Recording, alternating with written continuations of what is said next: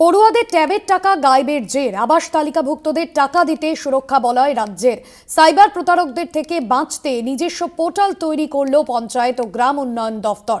রাজ্য জুড়ে ট্যাবের যে দুর্নীতির অভিযোগ বারবার সামনে এসেছে। একটি অ্যাকাউন্ট থেকে নানান অ্যাকাউন্টে চলে গিয়েছে টাকা। এবার রাজ্যের তরফে বিশেষ পদক্ষেপ। দীপ্তিমান ভট্টাচার্য বিশেষ প্রতিনিধি রয়েছেন আমাদের সঙ্গে ফোন লাইনে। দীপ্তিমান দা, এ বিষয়ে কি জানা যাচ্ছে? রাজ্যের তরফে কি পদক্ষেপ নেওয়া হয়েছে? দেখো, রাজ্যের পক্ষ থেকে কিন্তু নিজস্ব একটা পোর্টাল চালু করা হয়েছে এবং জানা যাচ্ছে 15 ডিসেম্বর থেকে কিন্তু এই টাকা ছাড়া হবে।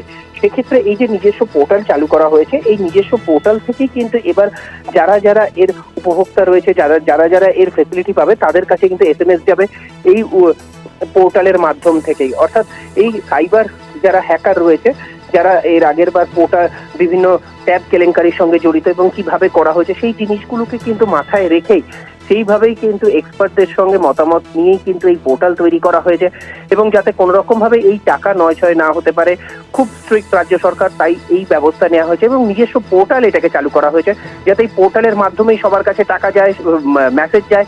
সেই মেসেজ যাওয়ার পরেই কিন্তু সেখান থেকে সেইভাবেই কিন্তু টাকা যেন তাদের হাতে পৌঁছায়, সেখানে কোনো রকম কোনো দুর্নীতি না হতে পারে, সেই জন্যই এই ব্যবস্থা নেওয়া হয়েছে। ভাস্বতী, একদমই ধন্যবাদ দীপ্তি।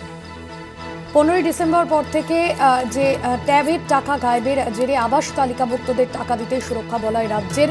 উপভোক্তাদের অ্যাকাউন্ট খোলা হবে এবং প্রতারকদের থেকে বাঁচতে নিজস্ব পোর্টাল তৈরি করেছে পঞ্চায়েত ও গ্রাম উন্নয়ন দফতর।